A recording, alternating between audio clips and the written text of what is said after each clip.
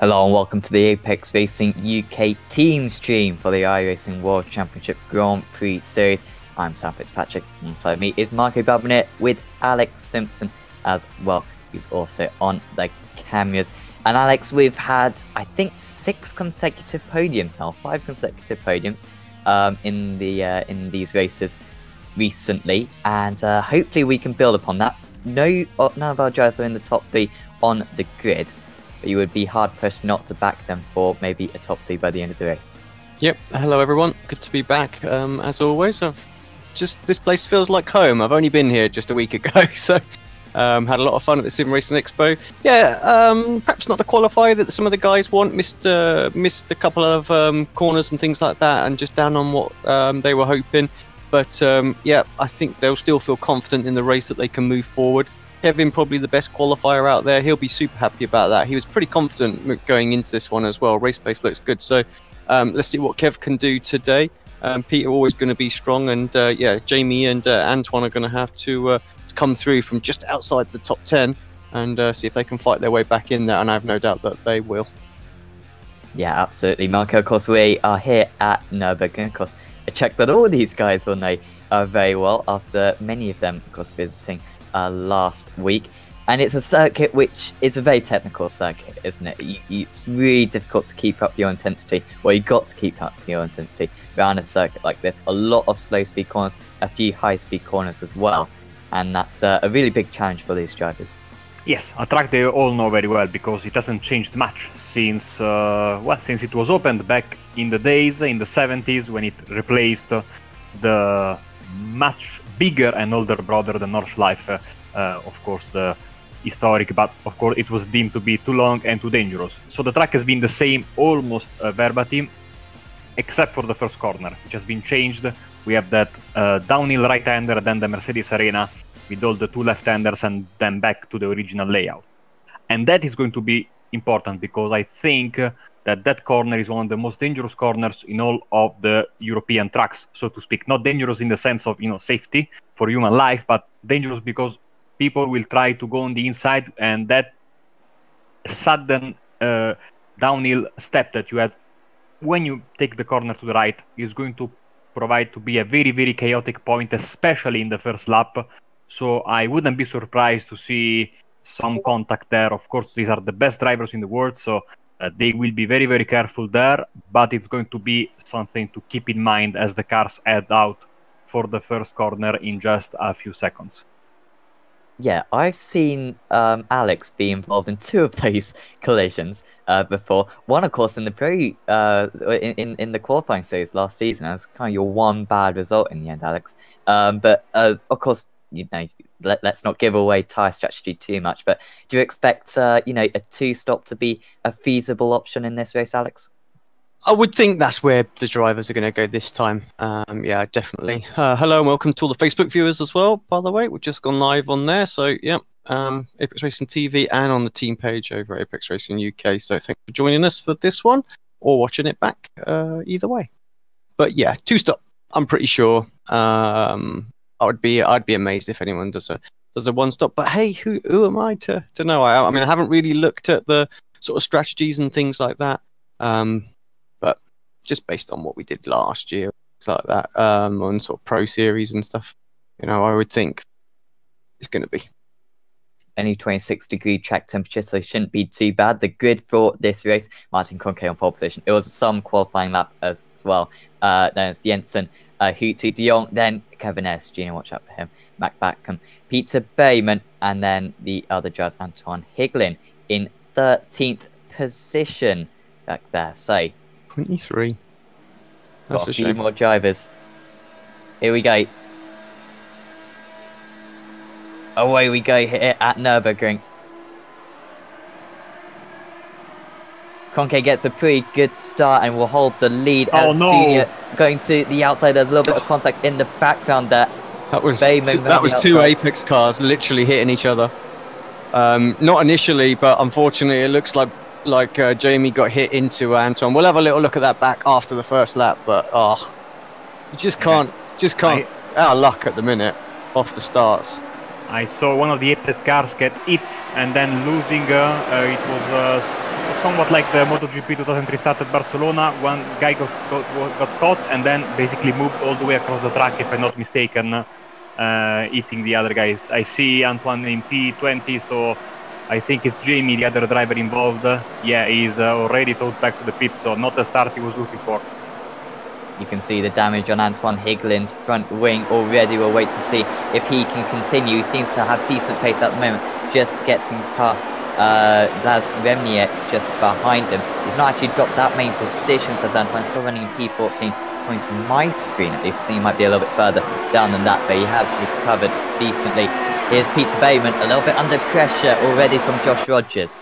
You need to be careful because Josh can be quick in these early stages as he looks to the inside, but there was never really a move on there. Berryman hangs on and should make a bit of a gap, both him and Kevin S. Jr. maintaining their positions in these early stages.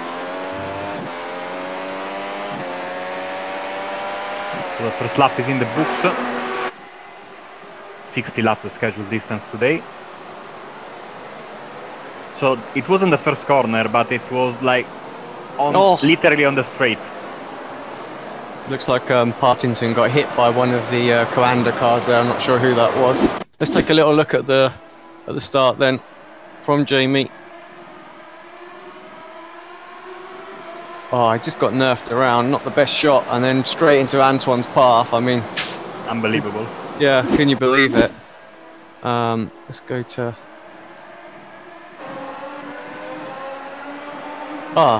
Okay. Yeah, it seemed like it was just Michaels coming across, slightly not being aware of Jamie Flike at all at this race start. Yeah. Yeah, exactly. Just moved back over to the left, moved to the right, and then moved to the left. Jamie had nowhere to go, tried to get out of it, but it was all too late. And just got checked up, I think, by a Coanda car, didn't Michael? So there wasn't a whole lot he could do, but extremely unlucky there for our two guys early on. And yeah, like I was saying earlier, Antoine Hegelin dropping down a few more places actually, down to 17th seemingly. So we'll wait and see if he can continue out there, or whether he's going to have to escort back to the pits. Yeah, not the start he wanted whatsoever. Been a rotten piece of luck recently. I remember Imola, of course, he got a speeding penalty which really ruined his race. Indianapolis as well, I think he got involved in a collision quite early on. So it has not been a great run of races for Antoine, but hopefully going to cover with 3 more rounds of this championship to go. Yeah, and like you said, it's really crunch time for the championship, because we're getting into the final few rounds and they're going to be much closer to each other than what we've seen this summer, with all the rounds spread apart from each other. So we want to get in a good groove. Also, I remember Antoine flipping in the first race we did with the fans, the team stream. It was at Silverstone, if I'm not mistaken. So a run of bad luck throughout the summer for him.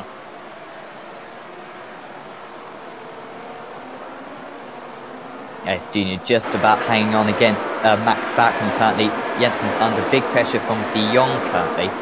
So those two are going to be fighting against each other. Maybe they will start backing into the two drivers just behind Berryman. Struggling as well to keep up with Backham currently. So just dropping into the clutches of Rogers still, struggling to really make too much progress.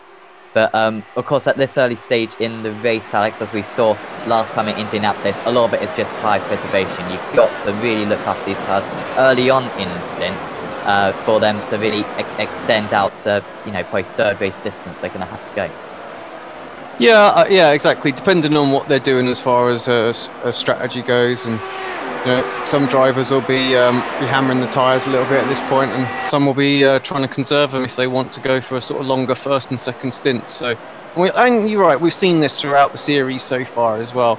Drivers, they'll be quick at the start, fall off, and the tyre life, some are able to keep it in that sort of optimal range, and others are not. So it's always interesting the first few laps. Those sort of first 10 laps, everyone seems to be there or thereabouts. And then it really starts to shake it up. Antoine going for P14, I think. He was down to P20 after that crash. He's up to P14, so a bad-looking crash for him. But seems like his car is not that damaged. Surely he will have to spend some extra time in the pits for that front wing damage, which is going to be replaced automatically. even though maybe he's not feeling the effects of the crash. I don't know, I haven't taken a good look at his side pods, the sides of his car. They seem to be good, which would be, you know, in the unlucky situation he was in, a lucky break if he only had the front wing damage, Alex. Yeah, I think it is just the front wing. He's got a bit of a gap ahead of him now to Steve Michael, so hopefully he can reel Steve in. But you're right, he's looking at about a 10-second pit stop, as opposed to about a 4 and a bit. So he's going to lose 6 seconds in the pit. So he might come in a little bit earlier compared to some of his teammates, just to try and sort of use the undercut to negate the time loss that he would have had. And of course, then he'll struggle in the final stint with the sort of slightly more worn tyres. But yeah, we'll see. Steering looks straight, so that's the main thing. So out of that incident, somehow we managed to keep 3 cars on the circuit, which, you know, I'm amazed. I honestly thought we'd lost 2 there. Yeah, that was a very fortunate incident. Yeah, Antoine could have easily just gone spearing into another wall, but fortunately it was just kind of that first contact, and that was about it. A couple of other cars, I think, just getting involved as well in that incident as well, including David the Corpse that Antoine recently got past. This battle not changing too much, just very much the status quo. Jensen just extending his gap over De Jong slightly, and Ellis Jr. still struggling to put too much pressure. All of a sudden, this couple of pairs turning into a bit of a four-way battle. Berryman coming back at these guys. And is there anything you think, Marco, that Berryman can do to maybe help out Kevin in this instant? Of course, it's not going to be great for Backham having to look ahead of him and behind at the same time. Absolutely, yeah. If Peter is able to close the gap a little bit more, it would be fantastic. So he can put some pressure on Backham there. Speaking of this track, Sam, I am a bit not confused. I am a bit still have to really get a grip on the passing opportunities, the opportunities where you can make a pass on this track, because the straights are not that long. The longest flat-out section is basically towards the end of the lap, where you have the right-hand kink after the Michael Schumacher S, and then the other corner, the Varsteiner corner. So, because the front straight doesn't seem to be long enough with the DRS in order to be able to give you the time and the space to make a move. Yeah, it certainly seems that way, doesn't it? And of course, I think we've seen in real life F1 that conundrum once again. It's not a... despite this being Herman Tilke's first ever circuit, though, actually, he didn't design this bit. He only designed the twiddly bit, but apart from that, it was someone else. So, yeah, it's not really a generic kind of modern circuit where you've got one long straight and one main overtaking as well. So you've got to be a lot more crafted. And so far, Alex, we've kind of seen that being the case. We haven't seen anyone come close to a move yet amongst these drivers. No, Kevin's about to lose the DRS on De Jong ahead, so that might play into Backham perhaps having a little look. He's half a second back at the moment, so going to get the DRS. Kevin hasn't got it, you can see. So I just, this chicane is a possibility, but you use the kind of DRS to get close, and then down into turn 1 is definitely the favoured chance, I think. But let's just see what Kevin can do on the exit here. We need about half a second to be sort of safe. It's just underneath that, so may see Mac line up a little move here. Just a bit too far back. Just a bit too far back. Good to see Mac back at the front of the grid. He's had a few poor races after fighting for the title early on this season, and he is relatively close to, I think, Kevin and Peter in the championship. So that one not just on track. Of course, we have also got this, Kroenke and Hutu lining up pretty well. Those two continuing their rivalry, even though the championship seems to be quite one-sided currently. And then these guys just waiting in behind, all incredibly evenly matched, I'd say. And then, yeah, Rogers still hanging on to the back of these guys. He's doing well currently as Josh Rogers, just to keep himself in play. Yeah, and I think that now, at the end of this lap, or at the beginning of the next one, Mac Backham is going to try and make a move over Kevin. He's extremely close, as you can see from the pictures here. Maybe if Kevin is able to hold on, that will provide the the little bit slowdown in pace that Peter was looking for in order to catch up to Bakum and maybe then go for a move and help his teammate. But you see, Kevin is under really big pressure from Mac. Bakum was about 4 tenths behind on the last lap. He's just under that now. He's about half a tenth closer than he was on the last lap. You can see not closing, maybe just about closing a little bit now. He looks to the inside, does Mac Bakum, but Kevin Ellis Jr. wasn't aware of it and was okay to defend. But I think, Alex, it's going to be a surprise move if this is going to happen. I doubt Mackin's going to get alongside going into the corner, but here we go. He put his nose on the inside. That's pushed Kevin Ellis Jr. a little bit wide into the next corner. Not a long enough straight surely down to this one, and not a big enough braking zone. But it's going to be those types of moves, I think, Alex, the surprise ones, which are going to prove pivotal in this battle.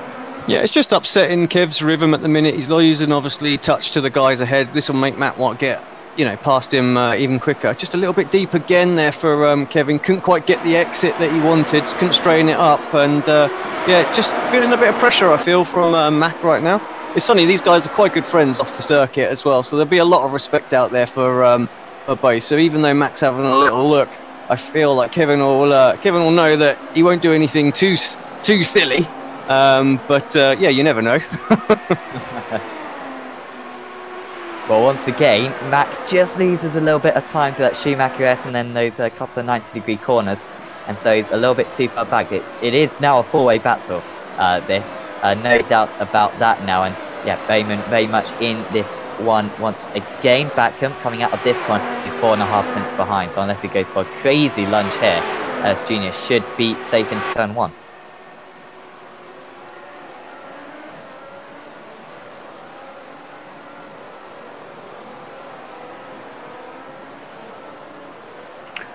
Sorry, Marco? Yeah, I was about to say that I remember the old version of the first chicane, and it was much better than this one. This is nonsensical to say the least. Like, I don't know why and how they designed this new bit. The old one was generic as well, but much faster, and this is basically like moving inside a parking lot. Well, you got all of this where it's fast flowing corners, long corners, absolutely fantastic. And of course the old chicane used to be very much a repetition of that, and it would have been a great flow of corners, very much just chicanes and high speed banked corners, and then they decided to put that in. That was I think that was tilt curve. That part of the circuit was all tilt curve. This was not, and apart from that, it's a pretty good circuit. Once again, Berryman not getting quite close enough. And of course at Indianapolis we saw him conserving his tyres very well. You don't think that could be an option for Peter once again, Alex? Maybe going for the one stop? It would be pretty crazy, but with such a cool track temperature today, it could be possible. Well, it might lay into it actually, or play into it, sorry. I haven't seen what the track temperature is, so I mean, I said just standard two-stop earlier on, but if it's cool enough, then that probably open up the window for everybody, so... 26, 27. It's very cold. Yeah, those tyres just may hold on. I guess we'll find out around about lap 20, something like that, around lap 18. If we see a few people duck into the pits, that's going to be sort of the window for the two-stop. Anyone out there, I think lap sort of 22, 23, well, they're going for that one stop. Yeah, 80 degrees Fahrenheit for our North American friends. So yeah, extremely, very cold track, which, like you said, could improve the lifetime of the lifespan of these tires. Well, that would explain why maybe a few of these drivers are at the moment seeming a little bit reserved. And you can see Peter, he usually drives very smooth. He's always on the edge, but you rarely see him getting a slide on. And yeah, you can see he's just very small movements with the wheel, very mannish. And it almost looks as though he's got a little bit more maybe available, but he is, I'm assured, probably pushing as hard as he possibly can. Still in the DRS of Mac Bakum, whose attacks on Kevin S. Jr. have just weakened a little bit recently. Once again, closing in, of course, going into the chicane. He needs to get a good run, and he's not quite as close as he was earlier on. coming out of this corner. He needs to be within 0.4 of a second to have a run at him, and he's 4.5 tenths behind. So it looks as though it's just going to be repetitive, but Kevin has got to keep on his toes because Mac is very much maybe got a ace up his sleeve.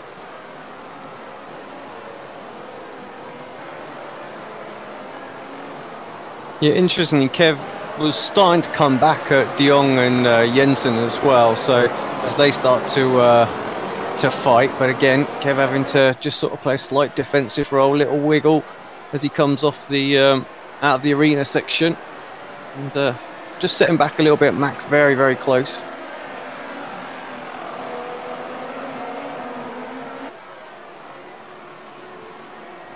This is another kind of half overtaken spot. Now we're back and go to the inside. He is looking to the inside. He keeps on showing his nose in there, Marco, and I just wonder, is Kevin maybe just going a little bit wise to that, because Mac keeps on showing his nose down there. And I feel as though if Mac just kept the same line as Kevin, for example, he could use it as a surprise tactic and it might have a little bit more effect.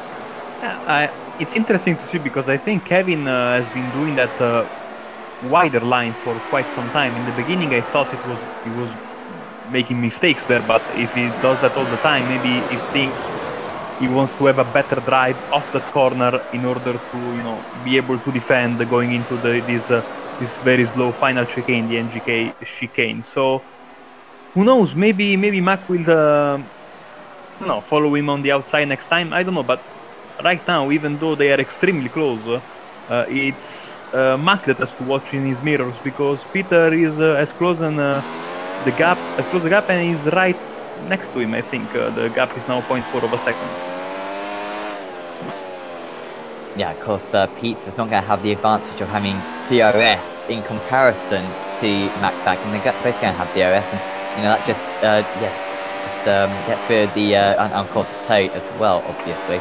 So Pete's going to really struggle to make this move. And, yeah, just going to have to wait wait for a mistake from Backham, but we haven't seen any of them coming so far in this race. Backham just dropping back a little bit though. We saw on the last lap, of course, he was having a look down the inside of the Dunlop curve. Now he has fallen some 0.6 of a second behind, and if Berryman's got a little bit extra battery that he can deploy, might just be able to get a little bit closer going onto the main straight. That's a little bit wide there though.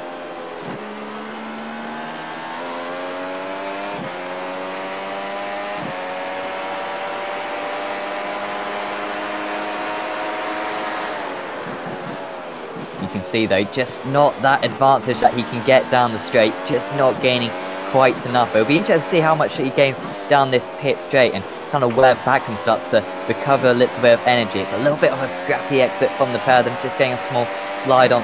And yeah, Peter about half a second behind, and by the end of that straight, it's about 0.45, so barely any gains. You can see down into turn one, there really isn't many braking zones. If anything, Berryman had to be a little bit careful of Josh Rogers right on his tail behind.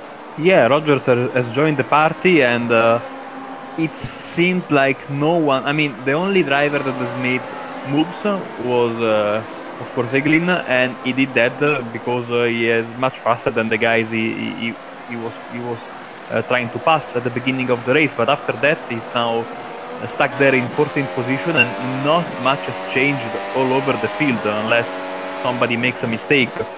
I think it will be very hard to make moves. Maybe later in the race, if someone is struggling with their tires, then it can happen. But right now, Sam, I think it's going to be tough to make moves here.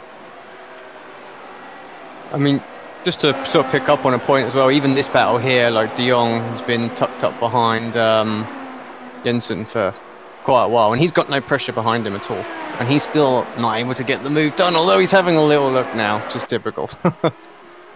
Yeah, this is still not able to get it done though. Yeah. De Jong's usually very good on his tyres, so as this race evolves, we may well see Jensen struggle a little bit, and we've seen the Burst Esports cars having to take 3 stoppers at times. Oh, he's into the wall! A hardware failure there for Marcus Jensen, and he's into the wall. That's terrible luck for him, and it just promotes everyone behind up 1 position. That's horrendous to see. Yeah, the car pointed towards the left in a very unnatural way, So first few seconds I thought it was overcorrection, but no, it clearly an hardware failure. Sam, you were right from the beginning. Let's catch a replay of that. And that was some very, very bad luck for Marcus. Let's see the replay. Take a look at that steering wheel. Oh yeah.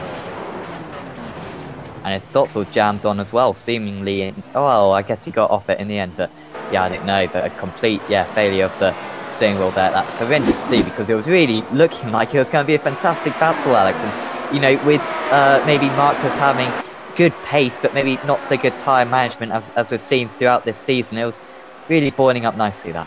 Yeah, absolutely. That's Fanatec for you, I'm afraid. Got to get it in where we can. Also, this is why we have Leo Bodnar. A few seconds after that, Rogers went wide in the first corner, so he lost contact with this group. So not a good sort of 10-15 seconds for burst there, but yeah. So Kevin with a little bit of breathing space. Maybe let's just see what he can do to try and catch up to the back of De Jong. But of course Mitchell released now. We'll see what kind of pace he's got as well. Well, just comparing lap times to the race leaders, and Kevin on that last lap still about half a second off the race leaders, so not quite got that pace.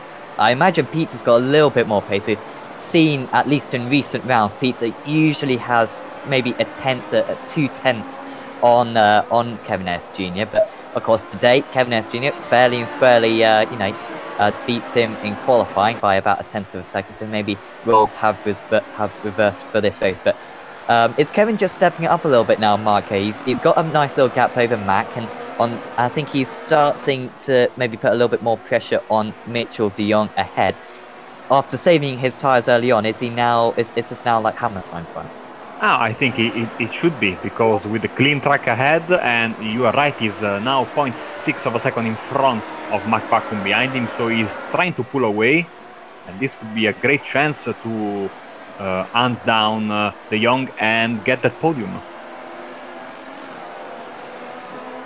Of course, he'd love to just break the DRS to Mac Vacuum, but unfortunately that's not anywhere near currently, because only about 6 tenths of a second separate the two of them. 1.8 seconds. So we'll compare lap times this time round, of course.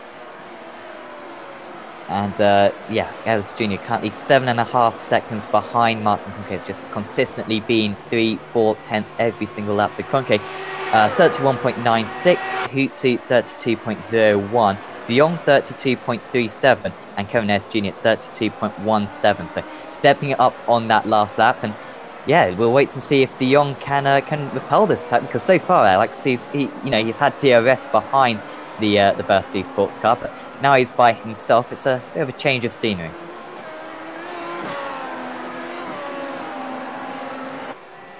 In the meantime, Antoine is in the pits from P14.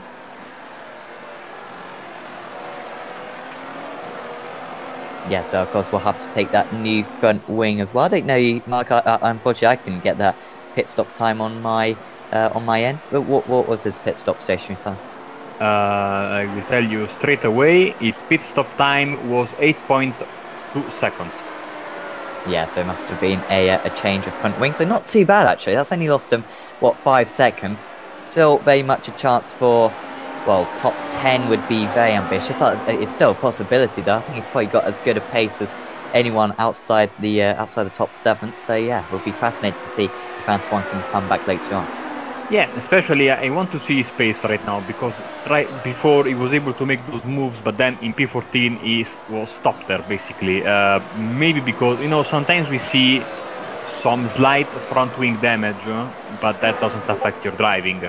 I think in his case it was much bigger front wing damage. Here he is, Antoine on the camera, and so maybe now that he has his car seemingly okay, like I can't see any other kind of damage unless he's got some suspension damage, but his steering looked good when we saw earlier the onboard from his camera, so from his car. So right now I'm really curious to see his pace and to see if he's able to catch and maybe move up some other positions. P12, P10 maybe. Yeah, because he's obviously on a 2-stopper now, and if drivers are going to go on a 3-stopper, they're going to have to pit in the next couple of laps. This is going getting very interesting from a banker two-stopper. This, you know, incredibly cool circuit. You know, it can get as high as 40 degrees around here. But right now, it just looks like it's going to be a one-stopper, unless, of course, I'm completely proven wrong. And in the next couple of laps, there's everyone comes into the pits. Drop-off's looking fairly minimal, so I would think this is what the drivers are going to try and do. Or certainly they're going to take it as far as they can and see how the tyres fare. And if they can get far enough, they'll be able to do it on in the second stint. Car will be lighter, of course. Track will be rubbered in, so they'll last a little bit longer as well. Rogers has not been able to catch back to Berryman in P7, so still a decent gap behind Peter in P6. Let's see the lap times this time around. And I think you can even see, just without looking at the timing, that Kevin is really closing down on De Jong.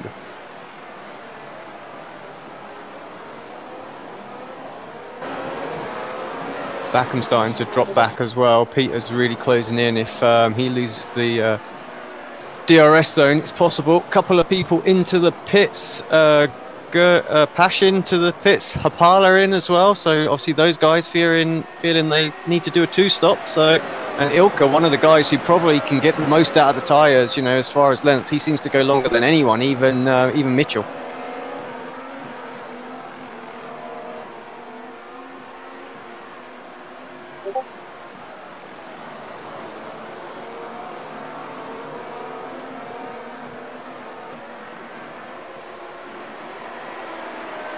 This is just a great turn of speed from Kevin S. Jr., of course, and yeah, 4/10 of a second on that last lap gained. It was only a 1/10 of a second slower than the race leader, Mountain Bronco, so he's clearly preserved those tyres really efficiently. His lap times are probably about a 1/10 of a second slower than they were about 10 laps ago, compared to, Bronco's by 4/10 of a second chop off. And he just waits to see if that carries on. He's really close to that chicane. And rounds the final corner. What is the gap? It's 4.5 tenths. Actually gained a little bit of time for that final corner, which is a bit rare, considering that he had the turbulent air, of course. And in the slipstream, a little bit of energy recovery from the Coanda driver. And S. Jr. wasn't close enough there. Seemingly very similar downforce packages, I'd say, Marco. Yeah. De Jong made a mistake coming out of a Steiner corner in the previous lap, so that what made it possible for Kevin to close the gap even more. They seem pretty equal on the straights, but I think that Kevin is faster than him at the moment. It remains to be seen if he will be able to have that extra burst of speed needed in order to pass your opponent, maybe outbrake your opponent in the first corner, because like we said before, it looks like it's going to be very tough to make moves today. Yeah, absolutely. And of course, the battery usage as well, Alex, could be important. Can these drivers, maybe just adjust their battery deploy just to maybe make it a little bit more possible to go for an overtake? Maybe coming out of this corner, deploy a little bit extra battery just to get that bit closer. Yeah, it's possible while they're in the draft and things like that, they could just use a little bit less down there. I mean, look how early Kev's off the button there. So he's probably perhaps trying to save a little bit up so that he maybe can go for a two laps where he really gives it some, trying to close the gap and then put a move on. So, it is possible. You do have those options where Mitchell really hasn't got that choice. He's going to have to just sort of play it very defensive and make sure he's using it in the most efficient way possible. Trying not to deplete it too quickly, otherwise, he'll be a sitting duck. It's always tempting when someone's right on your tail just to press it a little bit more, deploy a little bit more energy. But it soon runs out. Trust me. These hybrid cars are very sort of demanding in that sense as well. So to have wits about you when you're driving them, just so that you don't make yourself very vulnerable. Oh, big slide for Kevin S. Jr. He saved it superbly. He just caught the grass on the entry there. And I was thinking, oh, that could be a bit dangerous if he does that again. It was dangerous that time. I don't know if we can get an onboard replay of that. He is still within DRS zone, though, of the car ahead, Mitchell de Jong. But that was very nearly, 10 seconds lost there for Kevin S. Jr. Nice save there, absolutely. Of course, this will give De Jong a little bit of a breathing room in front of him. Let's see if Kevin pushes again or he just waits for his pit stop and maybe, you know, preserve the tires. Oh, they're getting to traffic as well. I did not expect this whatsoever. Oh, sorry, no. Oh my god, oh dear, I'm just getting completely confused. When you got Coanda Apex, it gets a bit confusing for small-brained people like me. But, oh, we have just had a change for the lead, by the way. Of course, doesn't matter too much, but here we are. Of course, if they crash into each other, it will matter a lot, but Gregor Hutu, so has just taken the lead. He's pretty handy around this circuit. I think he won here in 2016, which was his second to last race victory to date.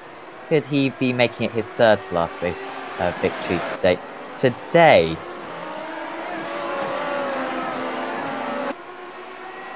so already De Jong has been caught by Kevin Ellis Jr. and he doesn't make the same mistake this time now. And of course, Alex, when you get a big slide on like that, you must overheat your tyres a little bit, but that did not seem to affect Kevin whatsoever. It's clear that he's got a massive pace advantage over the commander driver. Yeah, it does look like he's holding on to the tyres just a little bit better. So it's unusual to see Coanda struggling out there, actually, because Gregor's hunted down Martin and just drove straight by him. And yeah, setting his task about trying to pull away now. So I have to feel Kevin was able to get by De Jong. He might be able to get on to the back of Martin as well. I mean, I know he's 6 seconds back, but they are, you know, when in clear air, he always lapping a couple of tenths of a lap quicker. So that gap would come down quite quickly. Alex, how frustrating it is, in your opinion, to be, you know, in the shoes of Kevin right now, knowing he has a much faster car, but seemingly no way through his opponent, be it because he's trying to save tires or just because there's no room for the pass. I mean, it's gotta be frustrating. Immensely, and it is one of the issues with the car. Of course, you get the dirty air when you're stuck here through sort of like the medium and high speed corners, which there are a lot of around the Nurburgring. And then yeah, it's just some of the overtaking positions are not that great for moves. So you know, you kind of want like a slower speed section before the high speed section and into a heavy braking zone. Of course, we have mid speed and high speed sections all around here, so it does kind of like play into the role, you know, play into the hand of the person defending because of the dirt. Yeah, you could see it in operation there. You know, Kev just nearly pushing a little bit wide, really trying to sort of nail the exit so that he's got a chance maybe into Dunlop, but yeah, just run out wide, lost a couple of tenths. So yeah, it's one of the most frustrating things. You know you can go quicker, you just can't get by, and you're waiting for the driver to make a mistake. And of course, Mitchell is world class. You know, he's not competing in all these different World Championship series. You know, from GT to F1 to Rallycross and this, of course, for nothing. He's relentless. And yeah, just at the GT 500, no mistakes made there as well, and a good second place for him. So yeah, Kevin's going to have to sort of wear him down and almost force him into a move. But lap 23, I would say these guys are going all the way to lap 30 at least for a one stop now. As Mark Bacco now all of a sudden on the back of Kevin Ellis Jr. Is this since the car is a big source of frustration and not that fun to drive, is that why you are seemingly switching to the GTs for next season? Not really. More than anything for next season, it's just it's time for Apex to build its GT team, and yeah. Major slide for Kev. I think he's collected it up.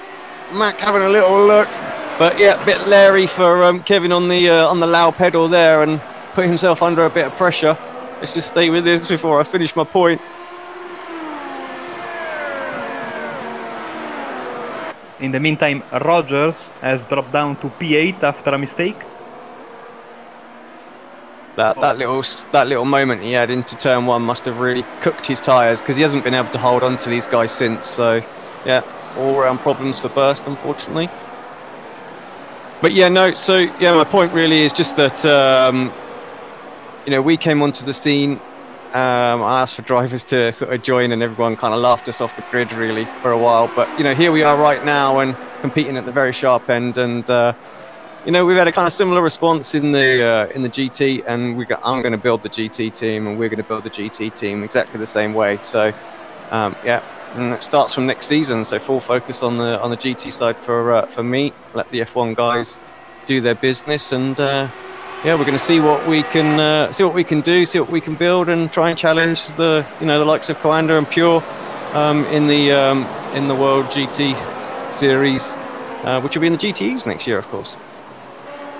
And it's a great decision. The GTs are, I think, better cars overall than the GT3s, and of course a little bit easier for iRacing to get a good balance of performance with 3 cars instead of 6. So a decision which I agree with completely.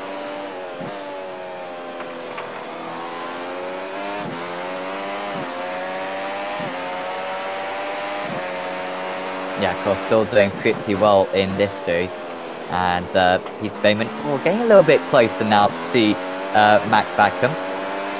Of course, Ellis Jr. just getting back to within about a second of Mitchell de Jong. And if he can just keep that up, he can probably, stay in DRS and probably jerk himself closer once again. This must be a little bit of a dilemma right now for Peter, I imagine, Marco, because you might think, oh, I can just go for maybe an undercut, maybe jump these guys in the pits, but he's got such good tyres. You kind of want to use that. You kind of want to go a little bit further than those guys and then have fresher tyres for the second half of the race. We'll see. I mean, I'm expecting guys to go to the pits in the next cup, 5 laps at the most, if they want to split the race exactly in half. Of course, this might change if a driver tries to do an undercut, or if a driver in front of you pits, you pit the next lap no matter what. We'll see. I think that both Peter and Kevin have better pace than de Jong and Martin, but we will have to see. Of course, impossible to judge this with all this traffic. This 4-car train basically makes it impossible for almost everyone to get a good run and put down some decent lap times. I'm amazed Kev's still able to hunt down de Jong after those 2 massive moments that he's had, really. Normally you cook the tyres like that and it just falls off, so really showing the strong pace there. And if I'm their spotter, I'm thinking about trying to bring them in early, try and undercut them. If we've got this much extra pace over the long run, get them in, get a couple of laps, get track position. We've seen how difficult it is to overtake, and try and get them in this way. Of course, I'm not in communication with the spotters, so I can't tell them what to do. So yeah, but I'm thinking that's what they're thinking, and of course I think Coanda want to cover that off as well. No matter what, here they can see that Kev's able to hunt down Mitchell, so it's important for them to get in beforehand. Pete's in, dives in, first to jump, then end of lap 25, so really early. I expect the whole group will come in literally the next lap now, trying to cover off that. So there's only about one and a half seconds separating all 4 drivers, so that 1 lap could be enough, to get right to the front of this. Going to be absolutely pivotal where Peter Berryman comes back out onto track. He needs to get a clean run. Just looking at his pit stop time, 4 seconds, so a little bit longer, but it's only maybe going to cost him a couple of tenths to the absolute fastest. And he is back out on track, and he is 4.5 seconds behind David Williams. So that's a nice little pocket of space, and wow, this is going to be one of the laps of his year.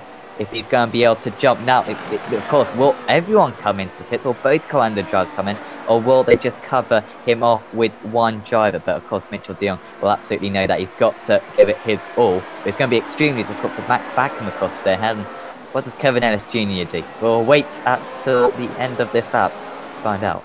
How interesting would it be if in iRacing the teams had to use the same pit slot? So that these guys now have a choice. If only 1 can come in, 1 would have to stack up and things like that. It'd make it quite interesting. Of course, you don't have that. We can pit at any time. We have our own grid slots, but that would spice things up, make it a little bit more interesting with strategy, isn't it? And kind of, if you want to have 7 cars on the grid, well, you can do. But yeah, you run the risk of stacking them in the grid. So is that all 3 of them in? Nope, Max stayed out. Max stayed out, so yeah, interesting.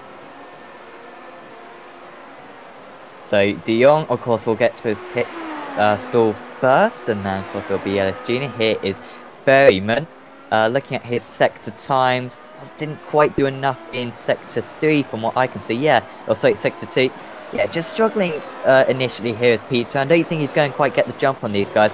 De Jong is still ahead of Ellis Jr. and we'll wait to see where Peter Berryman is in relation to these drivers as they come out to the pits. Peter Berryman, I think, is just going to be behind. Is he going to mount an attack, though, on his teammate going through turn 1? Ellis Jr. is going to keep that position, but Berryman should at least be ahead of Mac Backen when he comes into the pits. Yeah, Mac obviously going to try and come back at them with the fresher tyres. So now what we saw at the start of the first stint was that the Coanda was slightly quicker. So maybe we'll see this again, that Mitchell will pull away initially. We'll wait and see. Now, the leaders haven't pitted either, and they're quite a way back. So, but they'll be getting communication that the chasing pack has. They've got 6 seconds to play with, but they don't want to leave it too long because I tell you what, that 6 seconds will come down pretty quickly.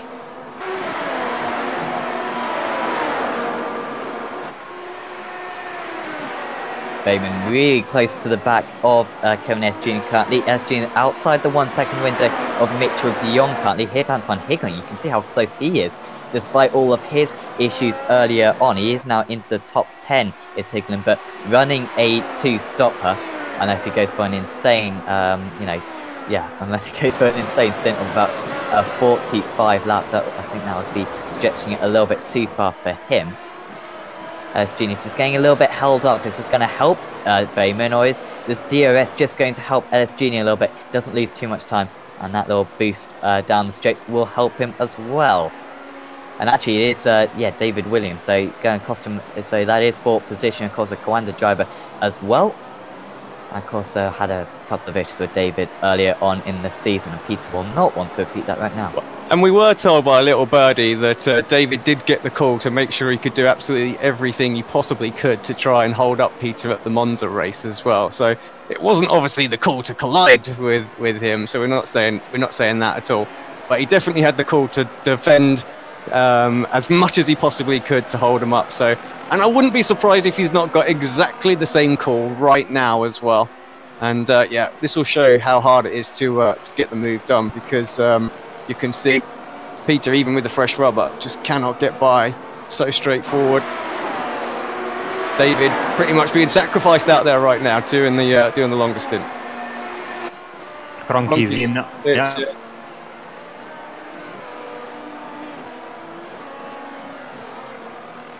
Still Backham stays out, of course.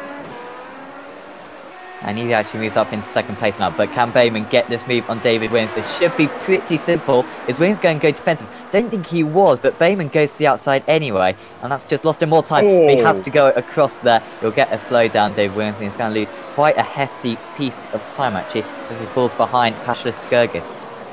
Yeah, he's heading straight for the pits, but I think the damage has been done because Peter has lost a lot of time. 2.5 seconds, yeah. So team tactics at their finest there, I'm afraid. But hey, got to do it. Of course, now his track position over Backham has been put in a bit of jeopardy because from looking quite comfortable, it's now not so certain. Although actually on that last lap, despite being held up, Berryman was still faster than or only a 10.5 slower than Backham. So he should be okay for that position. Well, what this will do is give us an idea to sort of judge Peter's pace over his teammate Kevin now as well.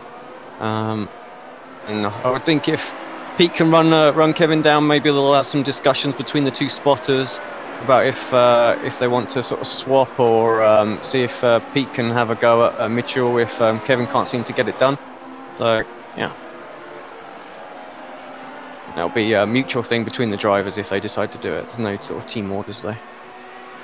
So Backham in, Hutu in, lap 30, so exactly the 50% distance. Probably just getting held up a little bit behind Kazuki Umeshima.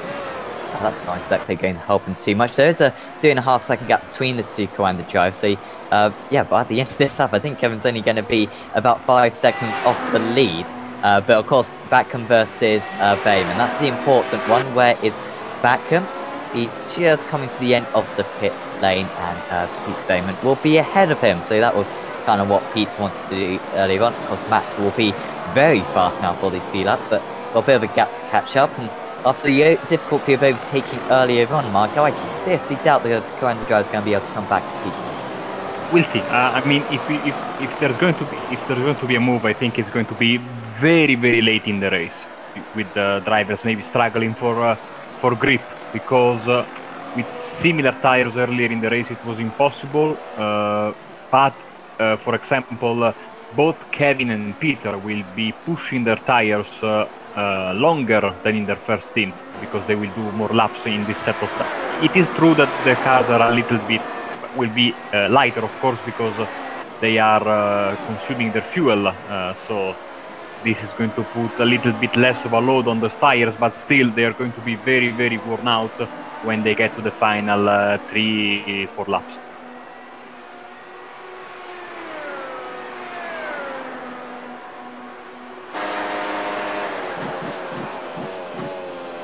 Yeah, of course, going to have to go far more than halfway. And as Junior, right now, Alex, he's kind of got no motivation, I'd say, to really push. I think we're going to see, for the next 10 laps or so, a repeat of the first 10 laps of the race, with drivers very much just settling in, saving their tyres for later on, because when the drives are so evenly matched, certainly at this point in the stints, there's not a whole lot you can do, except from just, you know, keep the pressure on and try to force an error out of your opponent. Exactly that, yeah. Keep it clean, keep it tidy, just you know, don't make any mistakes, keep those tyres for us in good condition as possible, so that long run pace is right there at the end. Kevin flirting with that little bit of dirt just on the right there. He's caught that once. It gets very, very wide. Of course, you have to use every last centimetre of the track. This is how you get the pace. But yeah, the little slide's not shaking his confidence, and there's this unorthodox line. You can see how he really opens up the corner on the exit, which is why he carries good speed through here, and Mac wasn't able to get a run through the Schumacher RS earlier on in the race. Seems to be working for Kevin. There are so many lines you can take through the Dunlop corner there as well, so I'm not surprised to see some different ones. Mitchell just slowly edging away at the minute, very, very similar to what we saw at the first stint. Of course, the gap got up to about 2.5 seconds while Mac and Kevin were battling in the first stint. So I would think if Kev can keep it under that, then he's going to be in a strong position to come back at Mac after about 10 or 15 laps into this stint.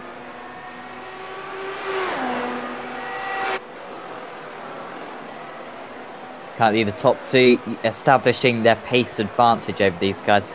Greg getting into the 1 minute 30s on that last lap at 30.9. Martin Conklin did a 31.1. De Jong actually a 31.1, and Ellis Jr. about quarter of a second slower. Berryman a further 3.5 quarter of a second slower. So yeah, just seemingly establishing their pace once again. But of course, we did see in the first stint the Apex Racing UK guys very much coming back with their tyre wear.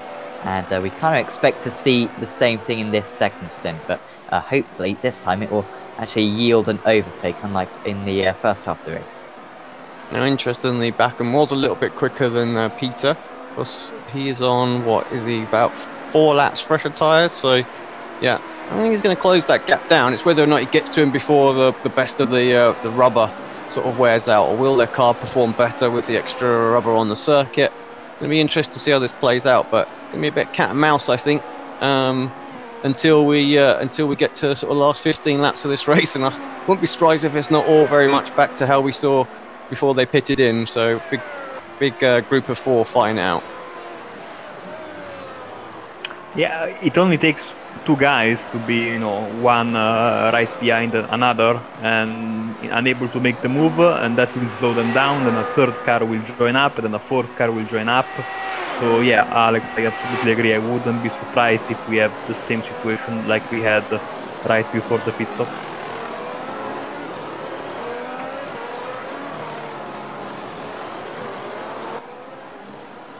Bakum personal best 30.9 in this lap, so he is clearly pushing hard, trying to close the gap, using his fresher tires. Yeah, Mac's been I don't know. I just feel as though this strategy for Mac isn't quite going to work. They could have maybe fended off Pizza by pitting early, but it was very much just, you know, cats and mouse, because whoever pitted first out of Pizza and Mac were always going to, you know, end up ahead after the pit stop. So Mac had to try to do something different, but this isn't going to really help him too much, because I struggle to see how he's going to have a big pace advantage. Currently, he's got about half a second, so, you know, maybe if he can keep that up, maybe he will be able to go for a move, and it would be an awesome move if he can pull it off. But yeah, Mac is going to struggle to improve on that 6th place to the end of the race. Of course, we have to keep an eye on Antoine in P10 right now, and due for his second stop in a few laps. And I think after that he will have to push extremely hard to gain back the positions. Not sure how, but he's got front wing damage again. Oh man. So it's going to be another long stop for Antoine. Let's see. Never rains, but it pours, unfortunately. Yeah, on my screen the damage is there as well, so definitely not a server issue, but real damage to the front wing of his car, so he's going to be held up once again for around 8 to 10 seconds to get tires and the repairs done.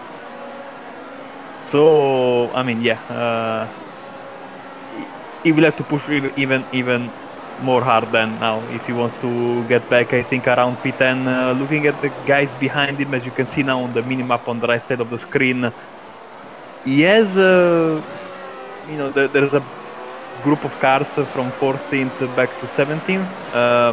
I don't know if he's going to be able to come out in front of those guys, but surely he will be much faster with the fresher tires, and maybe, you know, he has been able to pass these guys with ease all day long, even when he had big damage, so maybe there's hope for him. I don't know if top 10 will be possible. Maybe P12 would be more realistic for Antoine. Which I have to say, after the first lap accident, is pretty decent result. Oh yeah, absolutely. I mean, after a crash like that, you take everything you get from the race.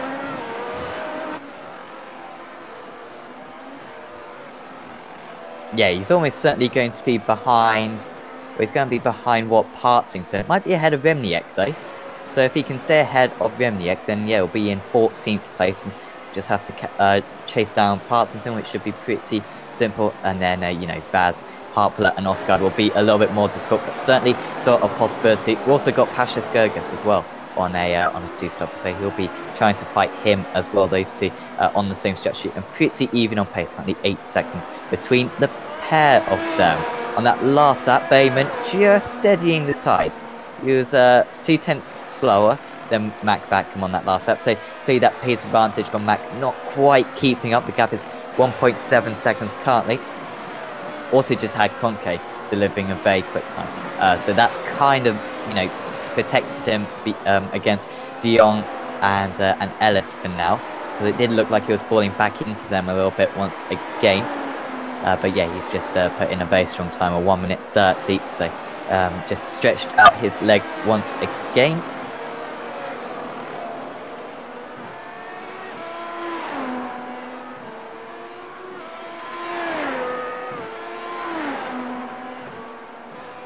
Not really an awful lot going on the circuit with our drivers at the minute. There is a couple of little battles, Williams and Partington out there as well, Hapala and his.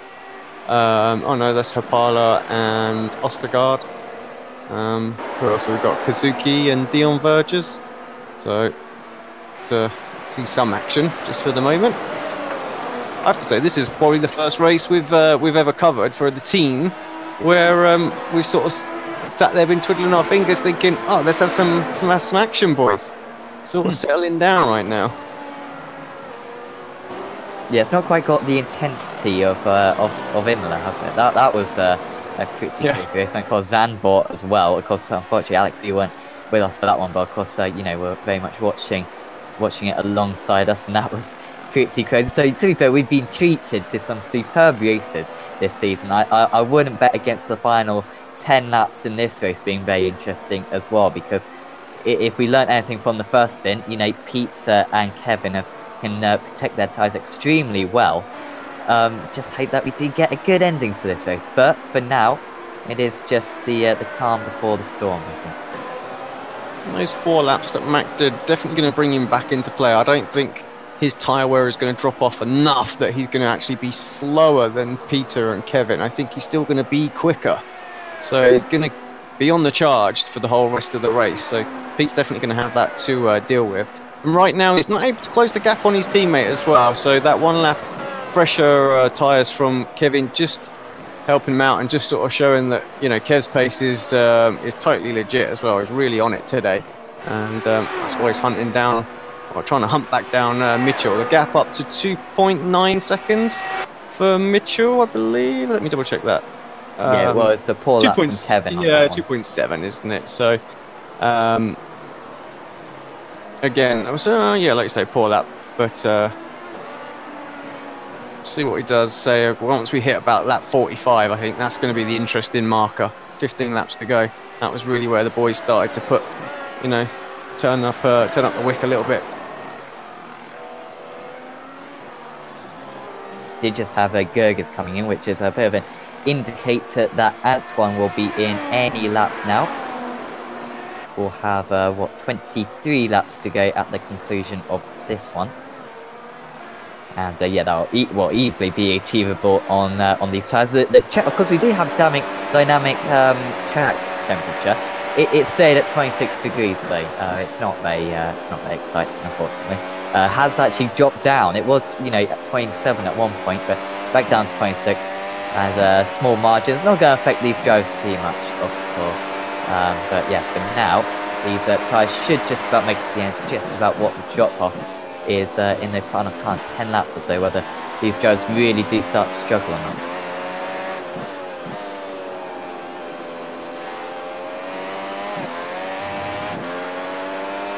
Gregor's pace really is absolutely on fire today. Obviously pitted later than everybody else out there.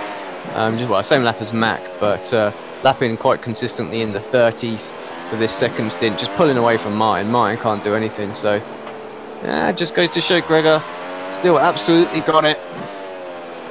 And yep, I really hope we see him next year on the grid. There's rumours that we might not, which would be a bit of a shame, I have to say. As Antoine is in, just I want to share this little bit of memory, personal memory. I started racing with the simulators in 2002, so a long time ago, with Grand Prix Legends. And when I was getting started, I was using Gregor Rutus setups for Grand Prix Legends. So it's 2018. I am much older, but he's still at the sharp end of the field. He was invited actually in 2003 to take part as a guest to one round of the NASCAR Italian NASCAR Championship with NASCAR 2003 at Las Vegas, if I'm not mistaken, and he gave 2 laps to the entire field. Oh god, fantastic! And of course, as a rookie driving a setups in Grand Prix Legends, I thought, oh man, I'm going to be as fast as him, but it was usually I ended up in the trees, because in Grand Prix Legends there were rarely barriers around the tracks. You went straight into the forest basically. So yeah, and I'm still a terrible driver, and he's still fantastic. So hopefully he is back for next season as well. Yeah, definitely, because he's been able to fight for this championship pretty hard. If it weren't for missing where he missed Zandvoort, didn't he? That was one that, you know, he certainly could have challenged to win, because Martin wasn't necessarily on top form for that race. So he is still, if my maths is correct, 133 points off the championship lead. So, you know, if he gets a couple of wins, should go down to the final round of the championship, and his drop round will probably bring him within about 110 points. So it looks like it's over for him this season. And with De Jong currently losing out to Conke, it looks like Conke's lead is going to extend a little bit as well. Because for our drivers, Backman currently in 4th with 596 points, and then Berryman 569, Kevin S. Jr. 540. So they are still got a chance of catching up. because they've certainly outscored Mac in recent rounds, and that would be pretty insane if we could get a 4th and a 5th, especially considering that there's a little bit of an underwhelming start to the season, particularly the pizza in those first 3 or 4 rounds. You see some synchronized spinning there between Omishima and another driver. By the way, the previous lap, not this one, the previous one, Kevin and Peter had their fastest lap of the race. Now they are not able to match that pace, but still a good sign. They are maybe getting into that part of the stint where they are feeling comfortable with the car and the tires. Maybe they are able to put down some good laps.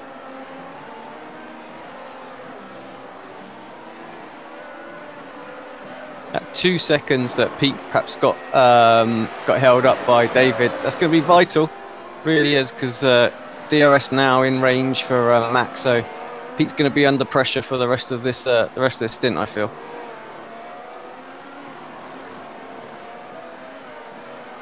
Yeah, he just needs to hope that Max tyres go off. But like you were saying earlier on, Alex, at least you don't think that you know, those tyres are going to wear out enough, considering that they're 4 laps older.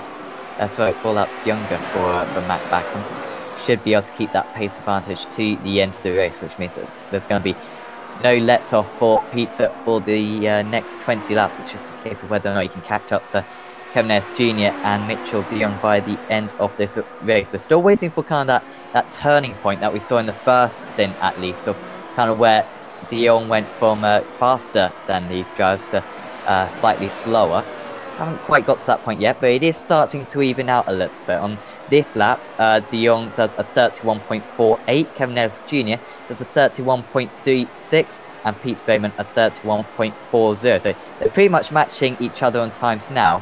And I wouldn't be surprised if maybe Kevin and Peter start coming back at Mitchell in the next couple of laps.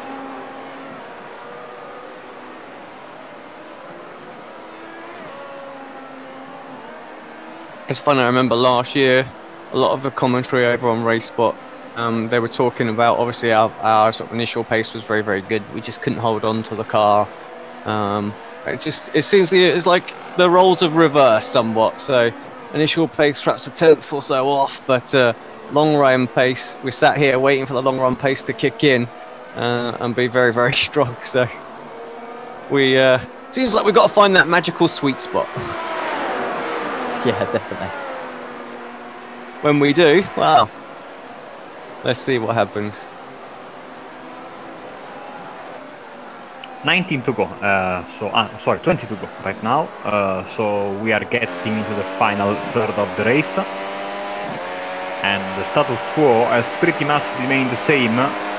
Very, very few overtakes on track. It's been a strategy race all along, but maybe now in the final part of this race, with the tires wearing, we might see some more action on the track.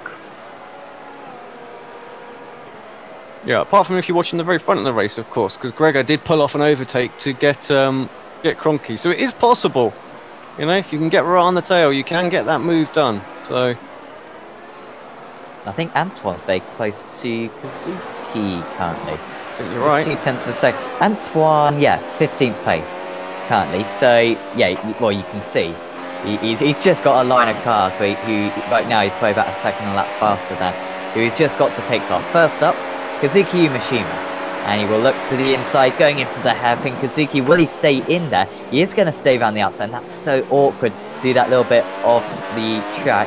Oh, on with a big snatch of oversteer, just going on the power. It's all about keeping it neat and tidy around this final corner, Coca-Cola curve, at least that's what it used to be called, and into the DRS zone now. Antoine pops out pretty early. He tells Kazuki very much, I'm coming past, you may as well let me pass. But Kazuki doesn't want to do that, and they're still side by side going into turn 2. Much better grip, of course, for Antoine around the outside, and you can usually muscle your way around the outside here. Kazuki pushes up very wide though. Antoine's got the inside for this one though, and that should just about be it. I think a bit of an unnecessary chance there for Kazuki. He can't, you know, fighting a losing battle there, wasn't he? And yeah. Missed his braking point by about 3 car lengths, and yeah, fortunately no accident. But Antoine up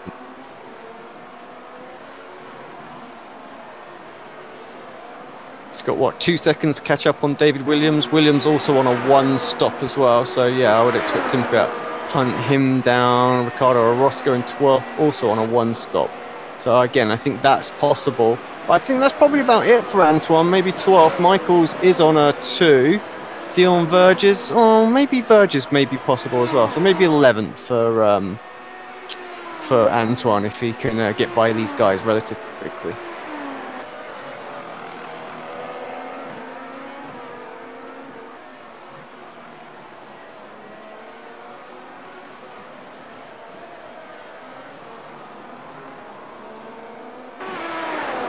Backham has got onto the back of Peter Berryman, of course, a couple of laps ago.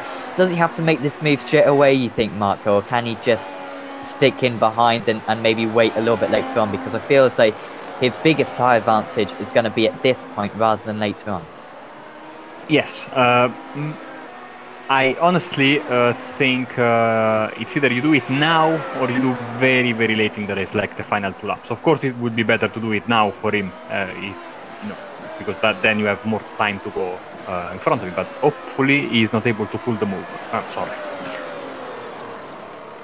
Can I say that? It's a team stream after all, no? So exactly. Yeah.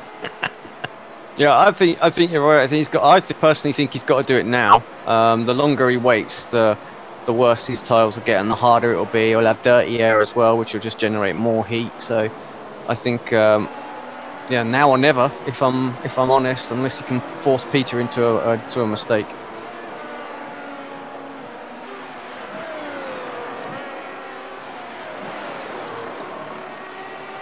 And I reckon, what, 45, this is where they were going to start to even out with De Jong. So, and again, like Kevin and Mitchell, very, very similar lap times. So. Yeah, certainly even at this point now. It's just about waiting for it to, swing, definitively towards Apex Racing UK's way. And Berryman's closed the gap a little bit to Ellis Jr., I think, in the last 5 laps. So I'm talking maybe quarters of a second or so. It is under 3 seconds, apparently, that gap. But it doesn't look like they're going to get close to one another anytime soon. This is getting closer, though. Berryman has got to be very aware of Backham. Will Backham go to the inside into the chicane? No, he will not. But Berryman, well, he's not going to be comfortable in the closing stages here. Once again, Backham stays nice and close through the chicane into the final corner. Can Berryman straighten out the car? He's got a nice little exit there, but still very close to smack Backham. It's only 0.3 of a second. Berryman, I think, is going to have to go defensive here. Going into turn 1. Will Backham go to the inside? He is going to go to the inside. Can he make it? Not quite. It was more of just the look than anything. Berryman had to miss his apex ever so slightly. Still turn 2 as an opportunity for Backham. He likes this move and he looks to the inside. But after a lots of kind of half moves, Alex, none of those were kind of fully committed moves. He's trying to scare Peter off the circuit. Yeah, exactly. And yeah, it's just Pete will just be looking in the rearview mirror. And while you're doing that, you're not focused on going forward and just miss a couple of miss your braking point by a little bit, miss the apex a little bit, and yeah, it's easy just to fall off pace. So sensible driving from Mac, really. You don't want to just sit there and behind him, otherwise Pete will get comfortable. So got to show your nose. Of course, as team owner, I'm just sat here pooping myself, hoping that they don't come together. Well, Mac's going to have a chance, I think, into the chicane, but you can see he's really confident on the brakes as Mac out there. And it's down into turn 1, and I think into turn 2 even. And maybe even, Dunlop curve as well. He's got such good confidence on the brakes that that's going to be his best opportunity. He's just as close as he was on the last lap. Let's see what the gap is. It's less than 0.3 of a second. Wow, it's going to be a really good chance for Mac. And Peter didn't go defensive last time. He feels the need to go defensive this time. He's gone to the middle of the circuit. Mac Backham to the outside. And he's super confident on the brakes again. And he might have the inside for turn 2. Berryman, can he hang on to this one? Inside for turn 3 as well for the Coanda Joe. There's a little bit of contact between the pair of them, but Berryman will try to muscle his way around the outside. He's not going to manage it though, and Mac Backham with a superb move there. Marco, I think it was going to always come in the end. Peter just could not hold Mac any longer, And to give full credit to Mac, that was a very well executed overtake. Yes, nice move on the outside, a little bit of contact there. He was able to complete the move. Peter did everything he could, but I think the tire difference is still a bit in favor of Mac right now. So he had that advantage and he was able to complete the pass.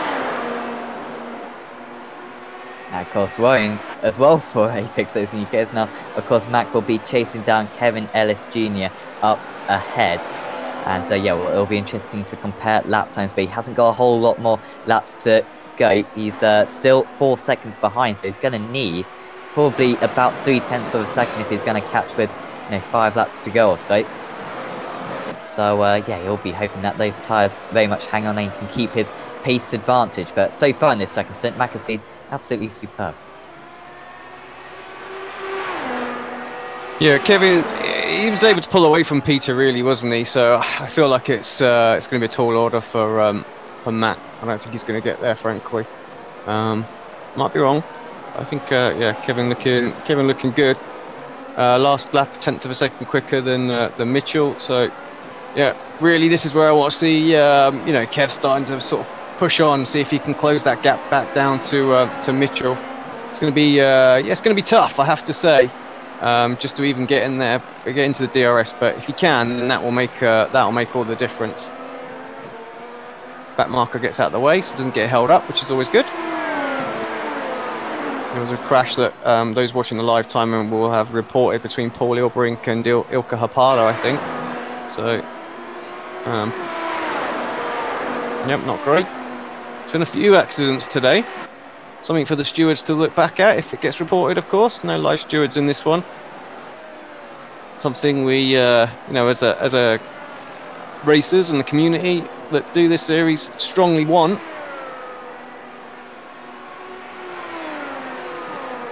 Well, if you like live stewarding, you're going to find it tomorrow at 12 GMT because it's the first race of the Grand Prix Championship here on Apex Racing TV. So you don't want to miss that. I think it's going to be fantastic, very, very, very high quality field with very realistic rule set and live stewarding as well. So maybe even a safety car, who knows? It's going to be great fun. Sam, I think people will want to tune in on that tomorrow at 12 GMT.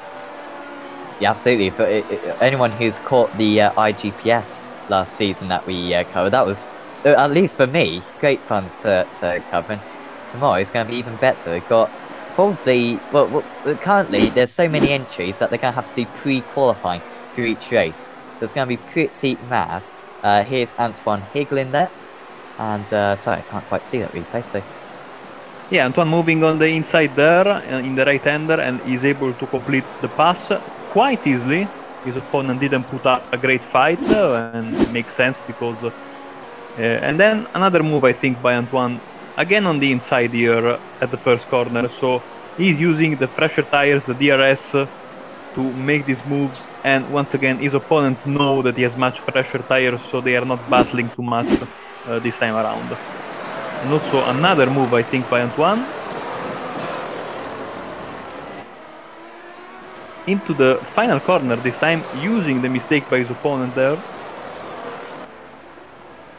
That was easy, an easy move down the inside of the final corner. So Antoine making his moves to bet for that crash earlier, and then of course the damage to his front wing also during his second stint. He basically spent some extra 14 seconds in the pits both times, combined of course. What could have been for Antoine today, I think, definitely had the pace. I think he would have been, personally, he'd have been sat behind Peter right now if they hadn't have had an accident. Where would Jamie have been as well? Jamie had really strong race pace as well in practice. So, yeah, a bit gutted for both those guys. Strong, good points finish sort of taken away from them. On that last lap, Antoine was actually the fastest driver on circuit. He did a 1 minute 30.9, which is the third fastest, the joint third fastest lap time of the race of anyone. So pretty handy lap times from him because he's just going being able to go absolutely all out, of course, with that 2-stopper. I think he's up into 11th position, so I think he's got Tommy Oscar next. I'm quite sure to catch up to. No, Steve Michaels next for okay. for him. So yeah, some 8 seconds up the road, I think. So I don't think he's going to quite get there. And Michael's also on a 2-stop as well, so lapping in the 31s. Good pace from Michael. So of course he's joined Race Clutch now. So and yeah, looking strong. Mac just about to lap one of those guys as well in the background. So no cars between him and Kevin, but there is 3 seconds, so that gap's not really coming down. I have to say, Kevin lapping really strong. There's only about a 10th in it, but definitely starting to put the screws in on Mitchell as well. Nearly 3/10 of a second that lap, just over 3/10 of a second. So that gap has come down to 2.5 seconds. That's a worrying lap for Mitchell de Jong. He'll be hoping that that wasn't, you know, a mistake, because if that's his real pace, then a 31.9, and yeah, like I was saying before, Antoine was in the 1-minute 30s a couple of seconds ago, so clearly struggling a bit, unless that was a mistake. You'd think it was, because his teammates, of course, still got decent pace, still Cronke in the mid-31s. You doubt Mitchell's going to be that much slower, but Kevin still trying to put a bit of pressure on this lap. Sector 1 identical, Sector 2 half a tenth faster for Ellis Jr. Sector 3 loses a tenth, does Ellis Jr. Sector 4 about matching one another. In fact, half a tenth faster for Ellis Jr. So yeah, just cat and mouse currently. Yeah, just a devil's advocate and just to try and make it a little more exciting to come. Of course, Mitchell was the earliest of the Coanda drivers to pit on the 1-stop on that 26 to cover off Kevin, of course. So I would expect him to be slower than his teammate as well, but did rectify that lap with a 1:31.5 against a 1:59 against a 6:0. So nothing between them that lap, and the gap stays at 2.5 seconds. Antoine Hegelin puts in fastest Sector 2 of the race, so he's flying out there. But what's he got? 9 laps to try and catch Michaels? No, that's not going to happen. And then there's even more time to catch up, like Rogers, who's on the 1-stop. So is it going to be quite close? No, it's not even close between Pash and Josh either. Gap between them. Vaz though, Vaz having a good race out of nowhere. You know, they're 7th place. He's on the 1-stop. He's got Rogers behind him right now, so that could be a good little battle that the Racespot guys might tune in and watch.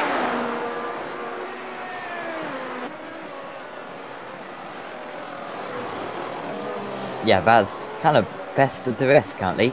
Just for a reference, there's 21.5 seconds between Berryman and Vaz, so quite a bit of a difference. And yeah, you kind of got the Coanda and Apex drivers, along with Gregor, of course, and then you kind of got the Orion Racing team and the Positive Sim Racing team, and of course Burst Esports as well, kind of best of the rest, I'd say. Kev missed the chicane there quite dramatically. And it cost him half a second, so you can see that 32.0 for a lap time. So trying to put a bit of pressure on, and yeah, so easy to overdrive the car. You know, you just try and put that drive that little bit harder, and you just miss the braking marker by you know, half a meter or so, and yeah, the tyres just scream at you. Well, he's turned a little bit ragged in the first stint, didn't he? When he, you know, well, he had that little bit of a slide into this corner, and then he had a couple of other mistakes. And after really turning the screw on Mitchell de Jong in that first stint, he made a couple of mistakes and kind of relieved the pressure a little bit. And you know, that didn't really help him in terms of the pit stops. So, and that meant that he couldn't really pull off the undercut. Although they pitted on the same lap anyway, of course, because de Jong was busy covering off Berryman, who of course had that undercut attempt. But in this stint, yeah, he's got to be absolutely relentless as Kevin Ellis Jr. But currently there's just not that pace drop-off from Mitchell de Jong that maybe we were half expecting, half hoping for, I guess. Still 3 seconds between them. That gap was up to about 3.5 seconds at one point, so you can just see how Kevin's struggling to chip away at it. And yeah, I've only got, what, 8 laps to go in this race. It's going to be very tough now. Going to have to rely, I think, on a mistake from the American.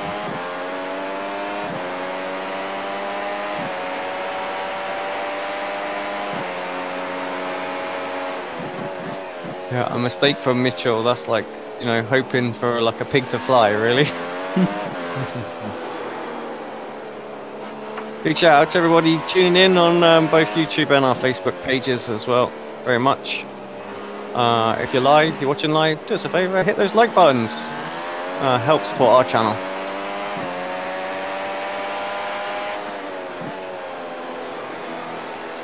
Also get in touch with us if you want to ask any questions. Got 7 laps to go. We're all here to answer some questions. If you got anything you want to know, then just yeah, just let us know.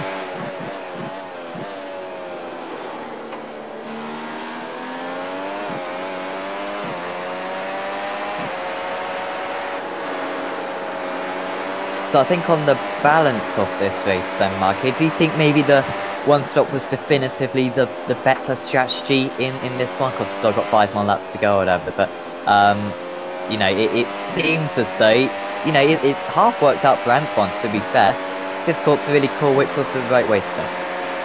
I mean, with this track temperature, I think that the one-stopper was the better choice. Maybe with a bit higher track temperature, the two-stopper would have been picked by more drivers. We will not know, of course, because the only drivers that tried the two-stopper are drivers running around the 10th position or thereabouts. So, although, just to pick up on that point, I do. When you look at where Charles is right now, of course, he's the first driver on the 2-stop. And he was not too far behind Rogers. Certainly not 12 seconds behind when he did his first pit stop. So you have to say, looking at that, definitely the 1-stop was probably a net sort of 5 or 6 seconds faster overall. So car was probably easier to drive on a 2-stop, but yeah, 1-stop seems like the quickest way. Yeah, it's a bit disappointing that we didn't get that little bit higher temperatures in the end, because otherwise, I think tyre wear would have been that much more important. Instead, it's kind of been, you know, a relatively easy 1-stop instead of an extremely difficult 1-stop, like we saw at Indianapolis. And you think of the great racing that produced with the super long pit lane as well. And of course, the 1-stop in that race for Peter really worked well, whereas the 2-stop maybe wasn't quite as effective in this race. It's been a bit of a slam dunk.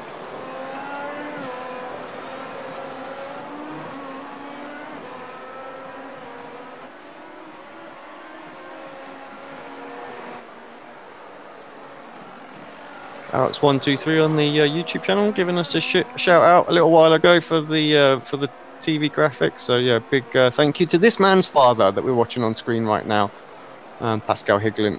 He's the man behind SDK-Gaming that has produced these graphics for us, and I have to say they are amazing. Still in beta and still improving. We've got some new features being added, which we're working on right now. Deploying new servers and things like that to make sure it works. But yeah, hopefully we'll be able to get some driver integration with webcams and mobile phones and all sorts of stuff to get some proper sort of footage from their base as well, built in directly into the overlay. Problem, Kevin must have had a little crash. Let's have a look, see what happened, because he's behind Peter. Oh yeah, a moment at the Schumacher S. Just lost it. Nasty. was he able to avoid the wall? Because I think he did clip the wall, but I think he's okay. Yeah. But you can't see much damage on that car, can you? Well, it's still the replay. There it is. Oh, so he just sort of he was lucky, very lucky. There's a square hit, so basically the tire went flat into the barrier. So I think he will be okay from now until the end of the race. Let's see, because okay, he's in P6. No, P7 is he's far away, so he should be good. But of course, it's always not nice for you when you make a mistake in the final laps of the race. Yeah, I'd be a bit gutted. He'd like to have, you know, beaten Mac. Like I said, they are quite good friends off the circuit.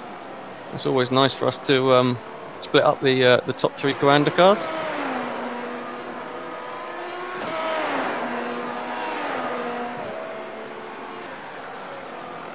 Of course, looking for us to next week.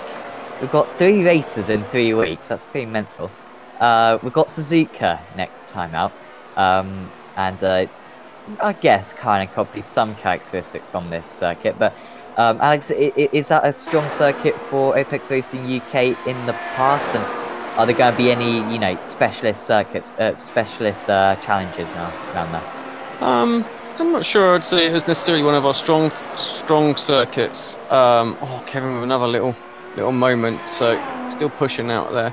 But not a weak track by any means as well. So again, it's going to be very similar like this, where strategy is going to be important, getting the right pit stops, you know, because it is difficult to overtake there. Maybe just the one real opportunity into turn 1 with the DRS. So if you can get a good exit out of the chicane pretty much every lap, then you'll be able to defend pretty comfortably. But yeah, I think this next few weeks it's all going to come down to who's prepared, really, because like you say, it's every week, and I know the guys sacrificed some preparation time for here.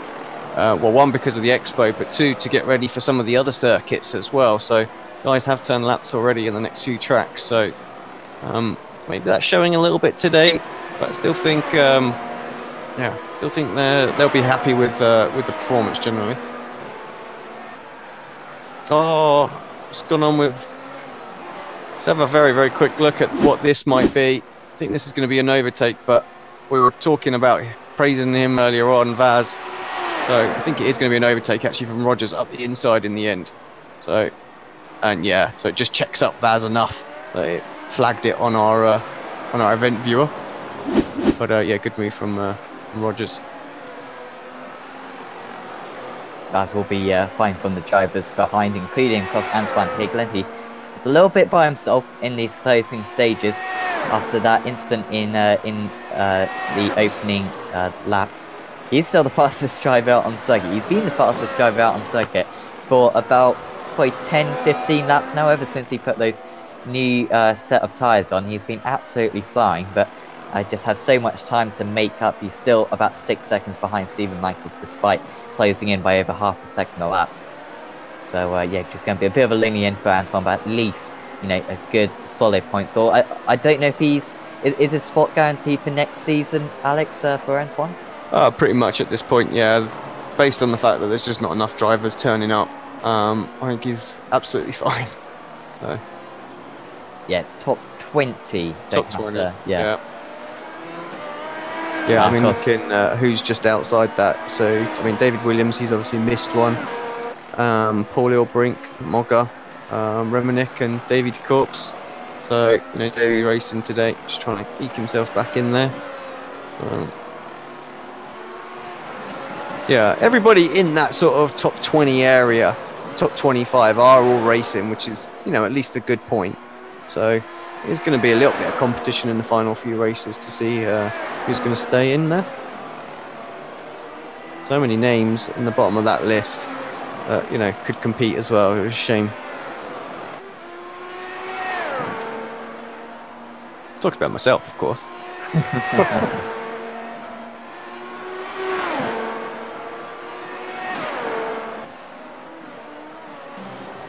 I'll say Gregor is this has been a great front. Like Watkins was you know, on a knife edge, you know, and you know, that was you know, a last lap move, of course, on Mitchell de Jong, and I think at that time maybe Martin wasn't quite getting the time to practice and maybe wasn't on the top of his game. But I think in qualifying it pretty much showed that Martin is on top of his game, and you know, he's been beaten, you know, completely fairly by Gregor Hooter. And of course, Gregor is some 16 seconds ahead of Mitchell de Jong. That gap's still extending as well. I mean, of course, he's been able to, you know, relax a little bit in recent laps as Gregor. And yeah, just hope that he's back next season. And you know, it's always frustrating when you see a performance like this from a driver where you maybe think, oh, he'd done that a little bit earlier on in the season. If he maybe got a few better qualifying like he did today, third on the grid and a better start. Of course, he went from third to second on the start today. You just wonder if he did that a little bit more often. His race pace has been so strong this season. Could have maybe fought for the title right to the final few rounds, but it's still been good to see. Yeah, of course, there was an update to the car, which is worth mentioning as well. So some hybrid changes, but most importantly, iRacing obviously not letting us know of. Well, they said there wasn't any change to the sort of any physics or anything of the car, but the drivers definitely reporting quite a heavy change in the way that the car responds and turns in now, and I think that was to do with force feedback change in the end.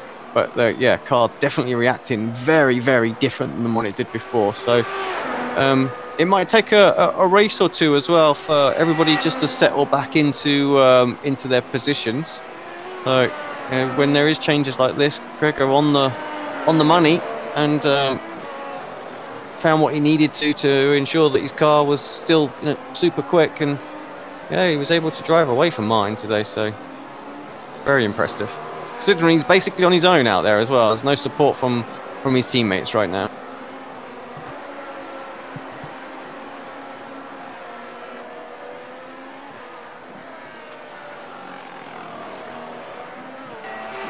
Final lap for these drivers then. Just starting that final lap is Antoine Hegelin. He has closed in that gap on Stephen Michaels. In fact, Michaels on that last lap set a very poor time. He was 2 seconds off the pace, just looking at his sector times. I can't see too much. Maybe sector 1 or 2. Sector 1 I can't see. So maybe there was a bit of an issue for Stephen there. But yeah, not the time that he wanted. Hutu is crossing the line now to win the race.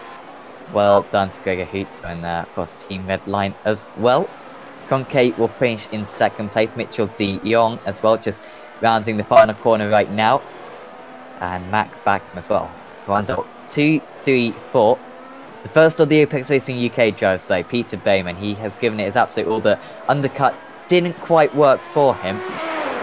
And of course that move by Mac Backham with about 15 laps to go wasn't great for him, but still a very solid performance for Peter with Kevin S. Jr. He'll be kicking himself for a mistake in those final 10 laps, whilst quite comfortably in 4th position, dropped down 2 positions, and that's the end of the day for him. Josh Rogers in 7th, and being pursued by Vaz. Good performance from Yao today.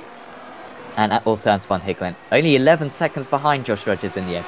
You wonder what could have been for Antoine, considering that he lost, 10 seconds alone just in the pits replacing front wings, and of course got really held up in those early stages, but still a fantastic recovery drive from Antoine. He's got used to them so far this season. He ends up in 11th place.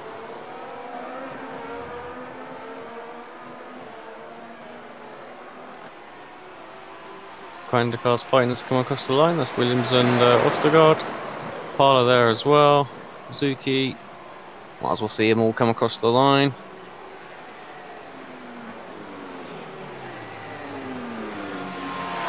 And then everybody else is done. I'm going to let you guys cover this final part of the show. It's been great to broadcast on this, and looking forward to next week. Yeah, thanks very much, Sam. Always a pleasure. Yeah, you pop off, and we'll. Don't know if the guys will. Well, they won't be with the Racespot chaps, will they, today? So hopefully they'll jump straight in, and we can have a quick chat with Marco. What's your final thoughts as we bring up the race results? Yeah, Utu is the winner, of course. Cronky and De Jong on the podium. Backham in 4th, Berryman and Ellis 5th and 6th, and Rogers, Vaz, Georges, Stephen Michaels, Antoine Hegelin in P11, David Williams, Tommy Oscar, Dale Kahappala, Kazuki Omishima in 15th, then Orozco, Verge and the Corp in 18th place. And of course, in the next page, you see Partiton, Remenik, Ilbrink, Jensen, and sadly, Jamie finishing last. And on this, I want to use this as a jumping point because I mean, fourth and fifth is sorry, fifth and sixth is not a bad result, but of course it's a big what if, Alex. That first corner, not even the first corner, the first straight, because Antoine showed he had some fantastic pace even with the damaged car. We really don't know. Not only Jamie as well could have had a good pace, but also with them in the race and showing a pace, let's say, similar or slightly slower than their teammates in the as an hypothesis, they could have played a much bigger role in the strategy game against the Coanda guys. But sadly, we will never know about it. I agree. Yeah, I agree totally. It just goes to show sometimes you need to have the cars on the track, don't you, in some of the strategic places. So it's not always just at the front. And like say, David's sort of been there or thereabouts, and Marty's been there or thereabouts in a couple of the races now. Sort of. So when the guys do pit, that they are costing them 2 or 3 seconds. So there's definitely some strategy going on there that they need with sort of the Apex guys need with the 4 or 5 cars on that grid. So yeah, see what we can do.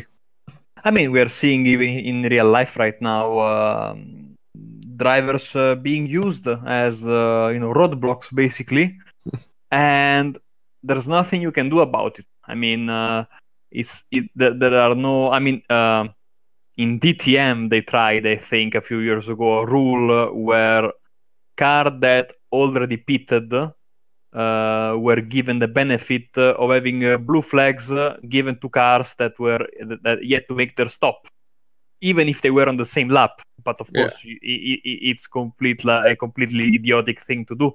Yeah. I mean, even though it's not nice to use. I mean, not nice. I mean, it's not very. Not very entertaining. Let's put it this way. To have cars used as roadblocks, there's not much you can do about that.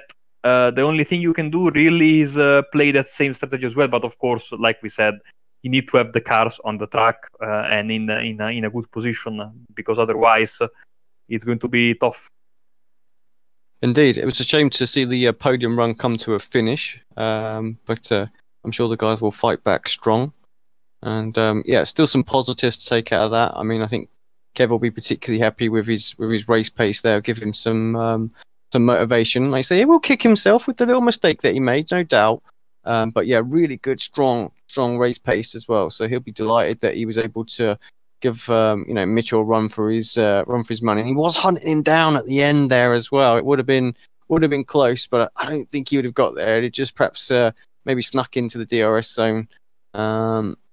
But yeah, so and the next, obviously, the positive was, that we were able to sort of stick in there over the long run, where it has always been kind of our weak area. So that's something that's definitely been improved on, and the guys are looking strong. So it's all slowly coming together for them, and keep their heads high for this next race at Suzuka. And I don't suppose there's going to be a great deal of changes to the car here. Very high downforce circuit as well. Lots of medium and high speed turns. So it's only going to need minor tweaks, some suspension work perhaps, just to dampen out some of the bumps and curbs.